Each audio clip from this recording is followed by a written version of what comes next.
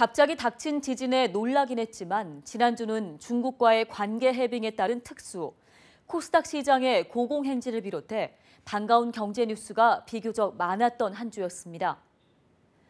이번 한 주간 기업계에는 어떤 소식들이 있었는지 기업 기상도를 통해 살펴보시죠. 김종수 기자입니다. 한 주 기업 뉴스 리뷰 주간 기업 기상도입니다. 포항에서 일어난 지진에 전국이 놀랐습니다. 수능 연기란 사상 초유 사태가 벌어졌고 피해도 만만치 않습니다. 다행히 원전이나 철도에는 큰 문제가 없다는데요. 신속한 복구를 바라면서 이번 주 기업 기상도 맑은 기업부터 찾아갑니다. 먼저 KB국민, 신한, KB하나, 우리은행 등등 은행들입니다. 가계빚 폭탄 터질까 조마조마한데 9개월 만에 작년 1년보다 더 많이 벌었습니다. 작년 1년 순이익 6조 5천억 원, 올해 들어 9월까지 7조 4천억 원. 지표 경기는 나아졌다지만 내수 안 좋고 살림살이는 팍팍한데 어디서 이렇게 벌었을까요? 대출 금리는 쭉 오르는데 예금 금리가 덜 오른 덕입니다. 주로 가계에서 오른 대출이자 꼬박꼬박 잘 받아낸 덕이란 이야기입니다. 은행장님들, 시장 금리 올라 대출 금리 오르는 건 어쩔 수 없다 쳐도 예금 금리도 좀 올리는 게 맞지 않겠습니까? 다음은 이랜드, 현대백화점, 동부대우 보시죠. 사드 갈등 봉합하자마자 중국 광군제 특수 톡톡히 누렸습니다. 11월 11일, 원래 중국 독신자의 날에서 최대 쇼핑철로 변한 광군제입니다. 이날 하루 중국 쇼핑액이 28조 원이었습니다. 그런데 이랜드는 옷, 액세서리 등등의 하루 매출이 767억 원.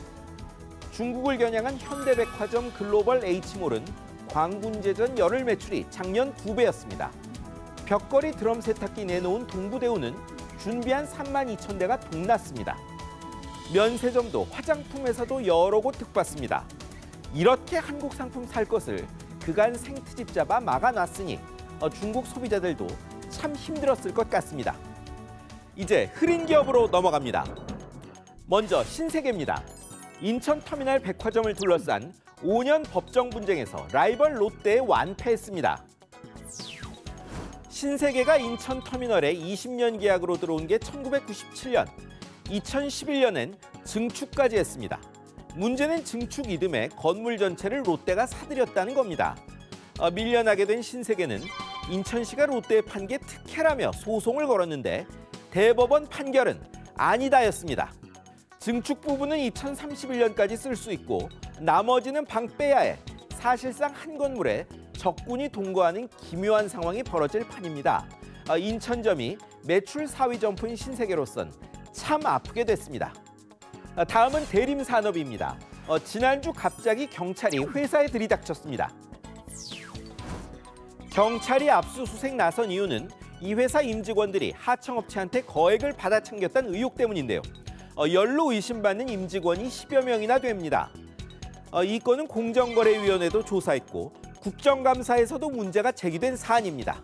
대림산업, 작년부터 3세 이해욱 부회장 갑질, 일감 몰아주기 논란, 대형공사 담합까지 바람잘 날이 없네요. 이번엔 애플코리아입니다. 기대에 못 미친 아이폰 8 대신 아이폰 10이 예약 판매 시작했는데 악재가 또 불거졌습니다. 세계적으로 부진한 아이폰 8, 국내 판매량도 전작 60% 선이라는데 전작과 별 차이 없다는 평, 이유도 없이 부풀어 오른다는 전지 때문이었습니다.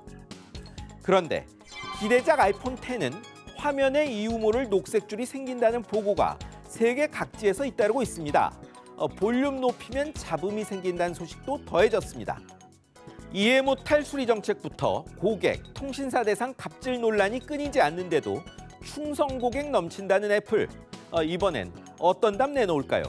아이폰 10만큼이나 잠옷 기대됩니다. 이번엔 또 다른 콧대 높은 외국계 기업 루이비통 코리아입니다. 매년 매출 늘고 또 늘더니 드디어 줄 것 같습니다. 실적 공개는 안 합니다만 올 들어 10월까지 주요 백화점 두 곳의 매출 보니 각각 5%대, 2%대씩 감소했답니다. 6, 7년 전까지 매년 두 자릿수 성장세 보이던 것과 딴판이죠. 길 걷다 보면 3초마다 보인다고 3초백이라더니 살 사람 다 샀나 봅니다. 실적 공개 피하려 유한회사로 전환한 것도 괜한 일 될 것 같습니다. 대형 유한회사는 외부 감사 받도록 법이 바뀌기 때문입니다. 재정도 풀고 대통령 집무실에 일자리 상황판도 걸었지만 일자리 문제가 잘 안 풀립니다.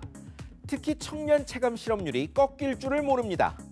원래 일자리 증가가 경기 후행 지표긴 하지만 좀 더 노력이 필요한 것 같습니다. 지금까지 주간 기업 기상도였습니다.